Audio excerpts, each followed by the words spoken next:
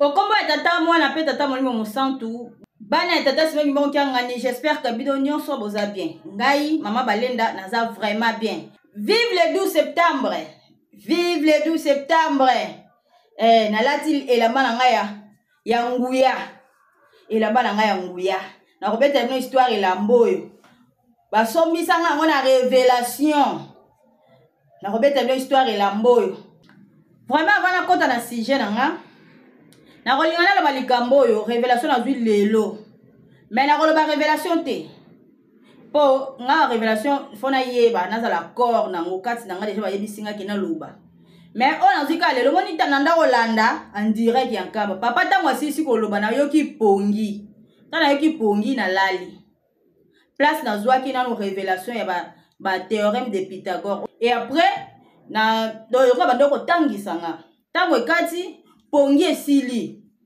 Pongi esili tango na sutuki na santi ka pongi ya kolemba kaka. Na lali kana minicho kaka lelo le 12 septembre. Na lali na zui révélation. Na koloba na ngate me révélation eza ya mama Mwilu. Aza mama na ngai. Mais na koloba likambo yango te. Me lobi kaka ke na zui susu révélation mama Mwilu. So ba pesinga corps ya kolobela ona ya koloba. Mais mama na moni mama na maya misu. Na loba sujet likambo te. Mais na moni mama na maya misu. Na maya misu. Na maya misu. Makambo o eleki elongola ki poto ene na nkamba. Na koloba yango te. Na mela na flashe bino kaka. Na zui révélation après maloba ya papa na zui pongi na lali. Na zui révélation ya mama Marie Mwilu. Na maya misu. Qu'est-ce qui se passe?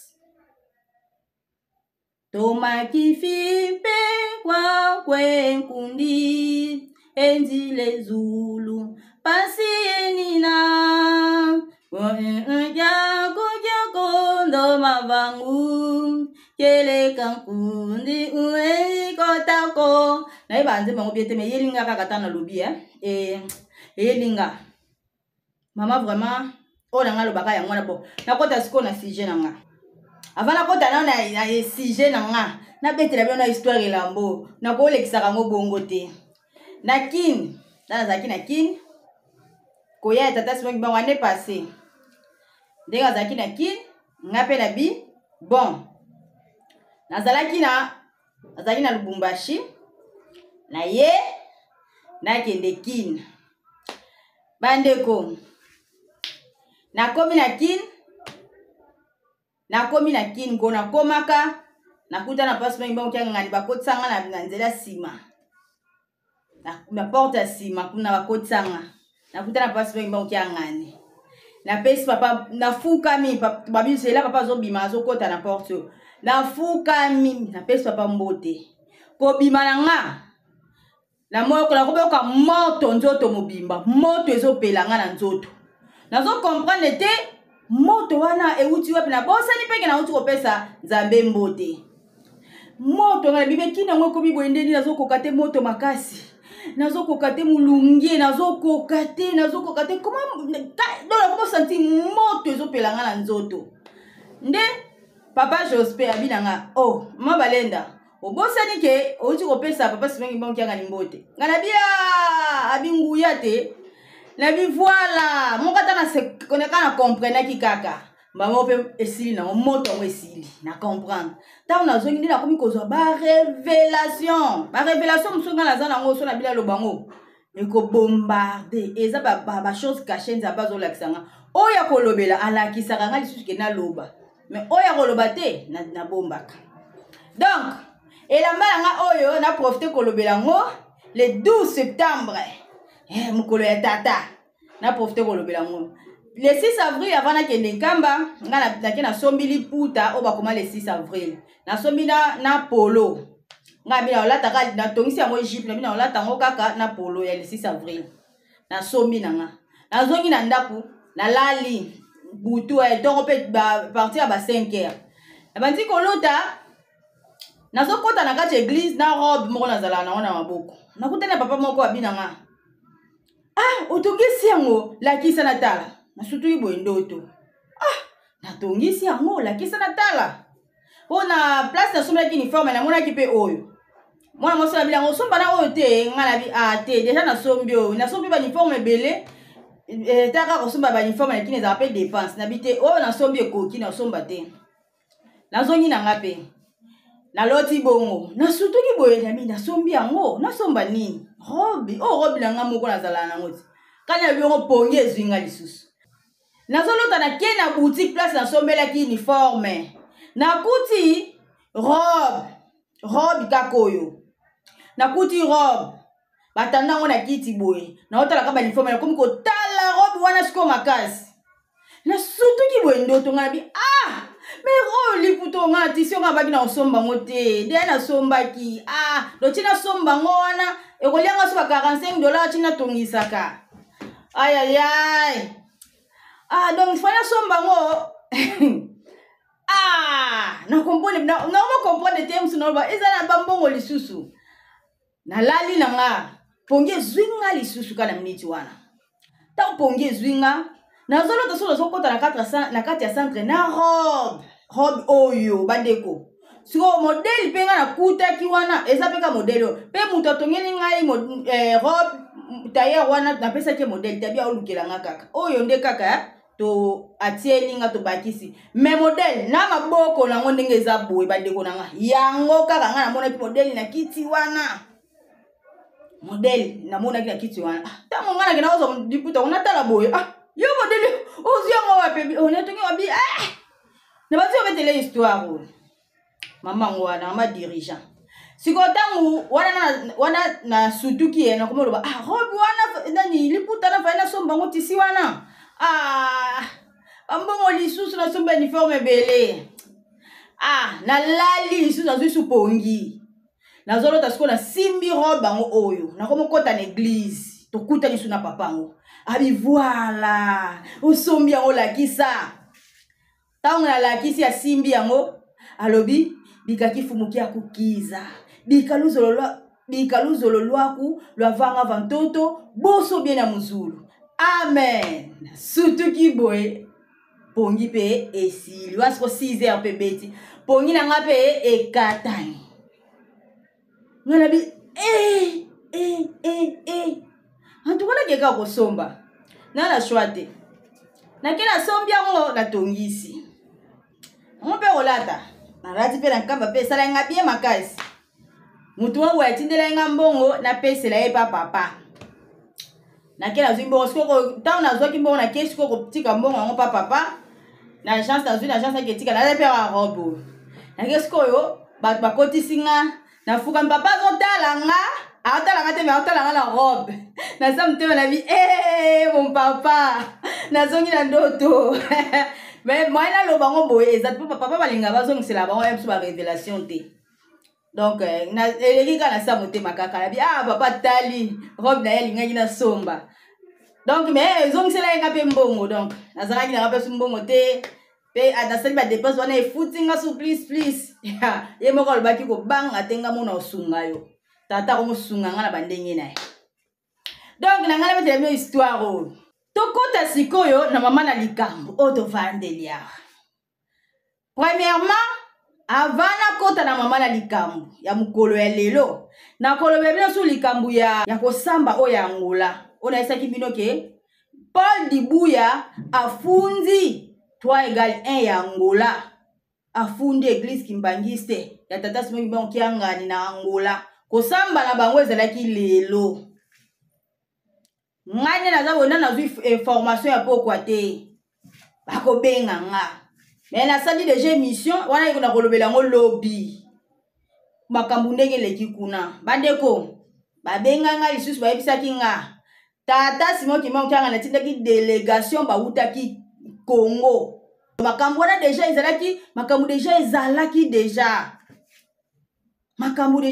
nango mais ba pasteur kaka nde bazaki na réunion balobeli yango na réunion babobika sekele po epanike bandimité ba mama pasteur pe bazaki na réunion babombi sekele kaka epanike bandimité ba mama pasteur bakotelaki yango ba prière ba tata pe kaka ba pasteur bakotaki ba prière président du collège papa Simon Kimbango kianga na yebisaki ye nini bandeko papa Simon Kimbango kianga na yebisi ko banga te nga moko na kozala na yo wana trop c'est trop ngamona ozana wana soko samba na bango ezalaki nini nani aza na raison nani aza na tort tala lingomba ya nzambe ekoba kokende kosamba ti na leta ye azowela nzoko na ye akati ekomi ke o chef spirituel ekomi ke okombola nga kisoloke kiangani ya wapi mama nanga kombo ya kiangani wana ezali kombo ya tata Simon Kimbangu kiangani libota kiangani ye moko na famille azalaki na ye emete papa kisoloke ya kobengana ndenge ni akolingaki kopesa ye kombo ya kiangani nini yango kola to biso toboyi na biso yango tokotikala kondima yango jamais jamais jamais vrai nom ezali Paul Dibuya vrai nom ezali Paul Dibuya mutu akoya compliqué bato bisusu o papa ngakuta papa na ngate no bana o papa na ngate papa na ngate papa na ngate c'est pas seulement ki ngani nzambe na nga papa na nga donc o papa monsieur papa nani yango papa na papa na ngate na longoli ki papa nyonso na kobenga na kombo ndenge eza wana papa Simon Kimbangu ki ngani alobaki nini kende kosamba ngai moko na kozala na yo wana et puis atindaki délégation bautaki Kinshasa même na nkamba kuna papa na lobeli yango te ya nga naza na source nazesa bino musala na nga naza na source ne na yeli bino matière to komi na vola za mpipita mabe koti ba émission lemba wana pa na nga eleka te nazoyela bino réalité na ndenga soko ba bébé spirituel baleki mingi tokendaka bango na kimia lokwa tobondela bango tomekisa bango bibero so nga mekisa bibero te donc na yaka nde na yaka bona yaka kolenda donc na ye kolenda na yebisa bango baza na bango ba bon na rien donc tango eza tango na biso papa lobaki déjà fini la récréation bosali 22 ans banda bokabola lingomba ya nzambe bosali 22 ans ebo continuer kaka koreni esili angola eza angola ya nzambe ezali mutu oyo nyonso bozosala wana bokokweya bato bazokopa ete bazomona lokwa baosalisa bango baje makambo oyo bozomona eza biblique oyo nyonso bapanza Jérusalem oyo nyonso bapanza bakoma na 25 ans te basuka na ba 22 ans bolukaka bokotaka na bible botangaka te sikobino na yise bino na tiele bino mwa 3 ans après 3 ans dans la katikati ka ya 3 ans makambo papa déjà lobaki fini la récréation to bandeli à 0 alobi na papa alobi na président du collège kende nga moko na kozala wana biso sokotaki ba prière to bondeli pona likambo yango ezosila po Paul Dibuya azomona angola ya ye akanga yango na maboko ba continue so mboka na bayebi ene muta simba mboka na yo leki Kimbangu na nguya yo leki Kimbangu na ayebi tata Simon Kimbangu bien ayebi très bien aleki tata te tata zali nzambe aleki ete bozoyoka nyonso atikilaka ye temps sala nanu oyo lingi sala oyo lingi siko tango nango esili atandi bake kosamba wana place makambo fona naozela babenga nga na yoka elekaki ndenge nini bato ba délégation baza na Angola bawutaki nkamba papa tindaki bango po zata makambo ndolobela ngo na église nde boko comprendre ke na pe bato mususu pe bakende église ya bayoki banungunungu bo makambo bo makate bayoki déjà biso tango eza tango na biso toyebisaka bino papa Simon Kimbangu kiangani azali likolo na se mokili oyo eza ya ye likolo banje bakoyimbela ye likolo banje bakoyimbela ye biso siko na se nde toyembelaka ye mokili oyo eza ya ye soki azotika mabe po ayebi deja ke ebongisamaka bongo ekosila nyonso wana ekoleka nango lelo le 12 bandeko nanga le 12 bango baye kosambisa tata le 12 tokota siko na sujet ya le 12 lifuti na bango eza epui nazotia nzembo nga nakolekisa likambo bote boko nakotia nzembo nazotia nzembo na temps oyo tokopi tata lobi trop c'est trop siko nazotia nzembo naloba nakota ya likambo ya le 12 septembre 1887 ezali mokolo oyo tata Simon Kimbangu ayaki oyo abotamaki na royaume Congo babandaki kobondela na kombo na ye bamona ye te me kimbangu fula mwana kimbangu lamusa mwana kimbangu mutu boye babikisi na kombo ya kimbangu wana siko po bakomprendre ke molimo mosantu azosala na molimo so babeleli na kombo na ye mutu abiki basali bo na kombo na ye nuna likambo nyonso fo esimba na kombo ya tata Simon Kimbangu. Et après mama Kimpavita azwaka révélation bayebisi ye akende na mai ya Lwezi akokuta mwana moko kuna azwa mwana wana amema. Mama Kimpavita akenda 5h kake beta mwana kweya. Mama Kimpavita ti batumbaka azalaka vierge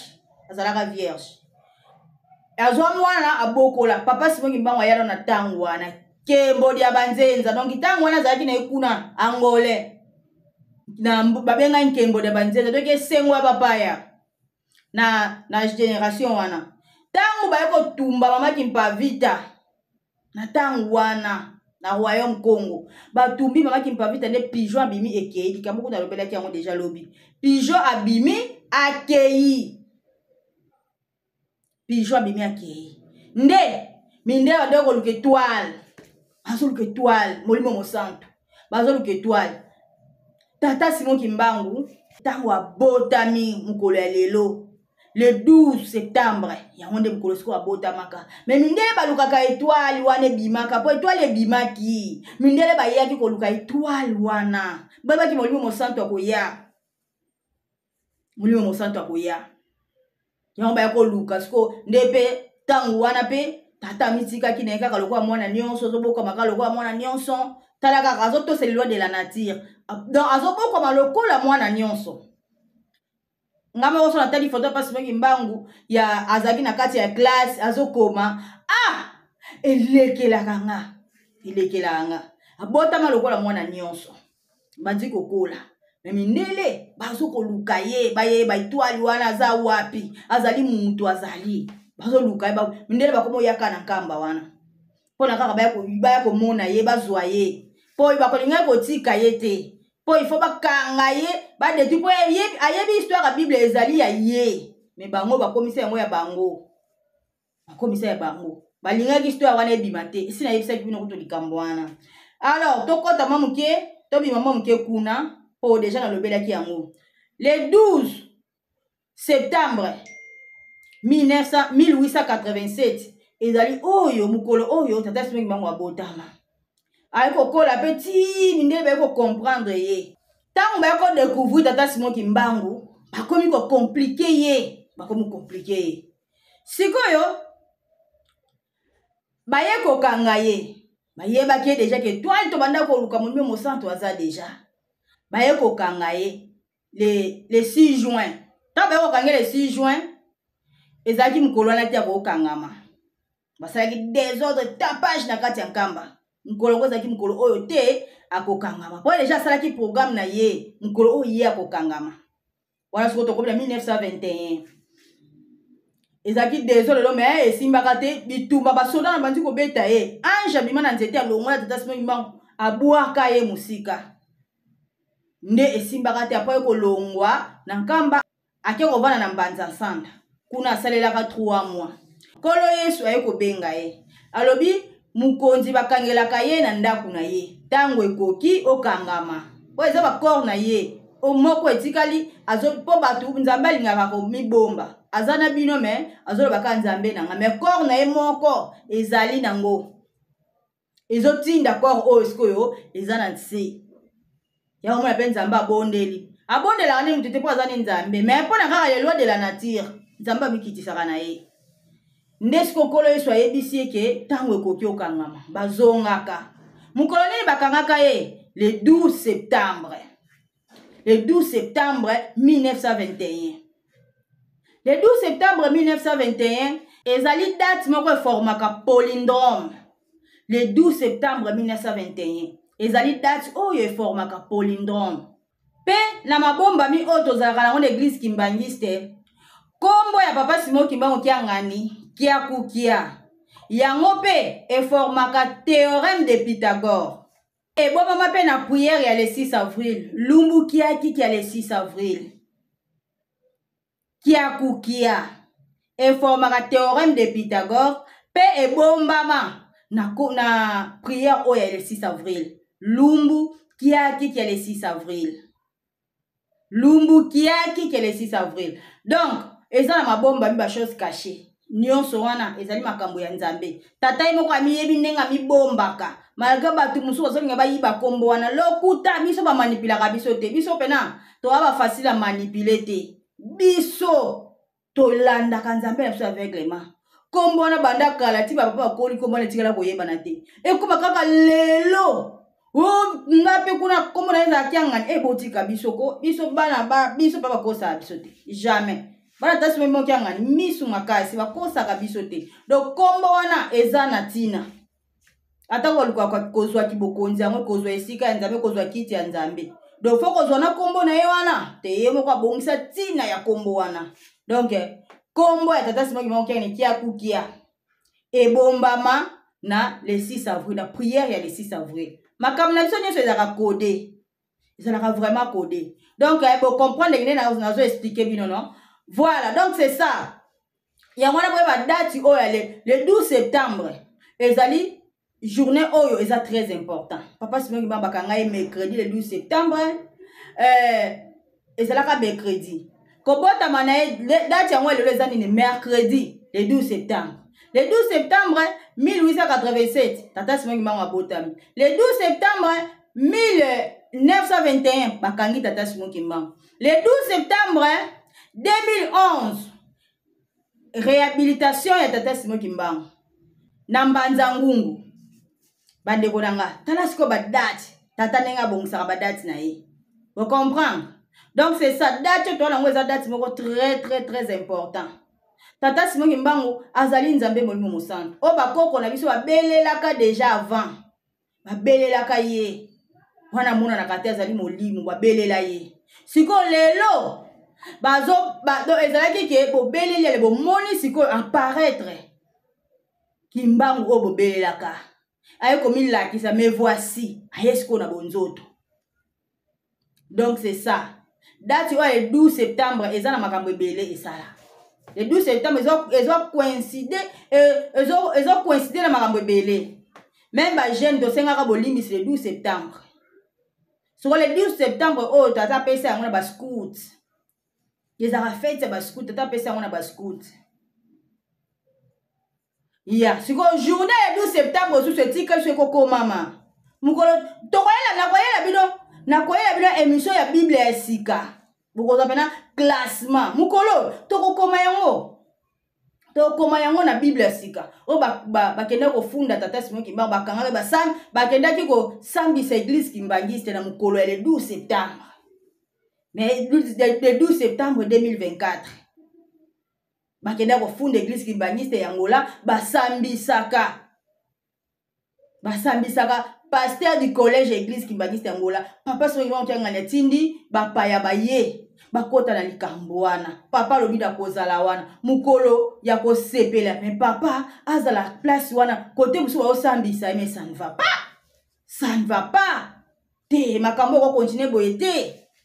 Papa siko la kisanguya na ye. 22 ans déjà c'est trop. Siko tata so ngima kyanga ni relaxa siko nguya na ye. Bande ko botala esika tozo kende. Basali ba ventir mingi. Basali mabe mingi tata ki para bagote atikela ki bango temps siko tango na bango ekomi ko sila pour le moment bazana bango nde bazaboye faut ko bobenga ba courte joie baza ba courte joie bisengwa mukuse ezo sila kalate na koyela bilo na koyoka eleka ki ndenge nini bakobenga nga et puis na koyela bilo ngo lobi likambo yo tata asepela ki nango ata mokiete mais tellement que pe Angola bazana posa ba yeba nani azana raison nani azana tort yango tata lobaki problème te toko yeba yango tokomi na suka ya likambo papa lobi fini la récréation trop c'est trop to tia na nzembo bo kompo pe ke tokomi na suka ya likambo ekopa na suka tomi bongisa tozokene na suka likambo soki mokili ningani bapapa balobaki tanga ya mai uti lokoyikoyeli na océan mai maningani kozala na problème na motu te tozokende na suka oyo ezali ke banda mokili esalama nzambe akosala likambo nano emonana te.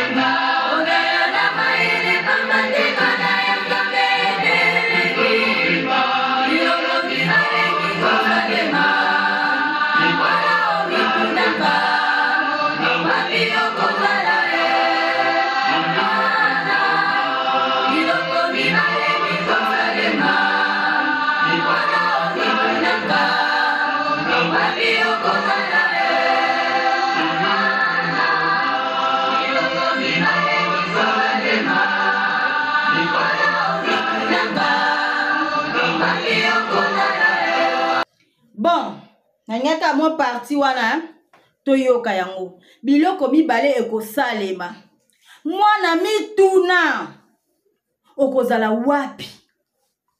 Tala maloba ya tata tala maloba ya tata ndenga alobi na nzembo oyo litanga mai okuta likolo soki ekwei mabe koti bandeko nanga sikoyo okomi deso totali tata mukolo akokisa deya 50 ans abotama na église kimbangiste mais lelo esika oyo ya bandela azalaka su wana te aza na esika oyo bakokisika 22 ans ya pamba 22 ans ya pamba na esika oyo yo obandela esika oyo okuta esika inspiration église kimbangiste ezwelaka yo esika oyo yamba yo me otika yango bolandaka maloba ya tata nde bokomprendre ke bonzambe boki bonzambe yango boyoka maloba tata atalisaka biso lobi ndenge kozala batata na bino batalisaka bino nini batata na bino batalisaka bino nini banzamba telefone banzamba telefone balingi baja ba telefone balingi ba video batindela bakama tu mama na kati église azotala mama tindi video likwangu atindi video abanzi kotala liboso honneur na kati église soi-disant chef spirituel kolandaka kaka tata yango nayebisaka bino bandeko lingomba ya nzambe na mokili oyo tozalaka lingomba ya nzambe na lingomba ya satan. Tala lelo tozaka na chef spirituel na tozala chef spirituel azala place mosusu apart na nkamba. Tala miroir nkamba eza source ya mutu mwindu nkamba eza source na yo mabota na mabota bakoya na nkamba koluka nzambe. Miroir l'Afrique c'est la berceau de l'humanité. Bomi tout n'a raté pour nani. Congo ezali miroir. Ici quand Nzamba vandi. nkamba source na yo, mais oboya yango. Oboya 22 ans ya pamba koto kenda. Otika nkamba. Bomoni so sika nzamba vandi. Molimo nde eza kuna. Kuna na bino molimo eza te. Tongo loba chef spirituel. C'est quoi ça? Depuis que chef spirituel azaka moko. Papa sima ngima okiangani. Comment chef spirituel akobima kote moko boye chef spirituel? Et puis madame koloni, ki chef spirituel angoka ebimika mikolo yo. Mikolo yo kaka. Kaka na ne otoza ne toko na ba fin art. Ne ekobima o chef spirituel. Ah! Donc yango ba lokota onka boye ka pamba boye. Kaka sikoto ki o chef spirituel. On ngape koma izaka dia lungana. Lokuta makasi boye. Voya meme. Voya meme. Omona kake voya muto donc tala niveau. Voya moko zoyoka ke voya o muto ma mni solo baka kosa kate zaka ya solo. Mokolo maseke ko bima na mutu ka boye. Maseke, vous voyez la église maseke bimi mutu na mutu. Place pour comprendre. Nazoki déjà révélation ya kini ba pakati mbango na kati église. Bokeba bandeko nanga. Bokeba bozala prudent. Bokanisa. Bobondela. Nzamba guide yo. Ko vana tana ndako note sala ba prière. Le ba tata guide ngai. Guide ngai est-ce que nzana so la deza malamu.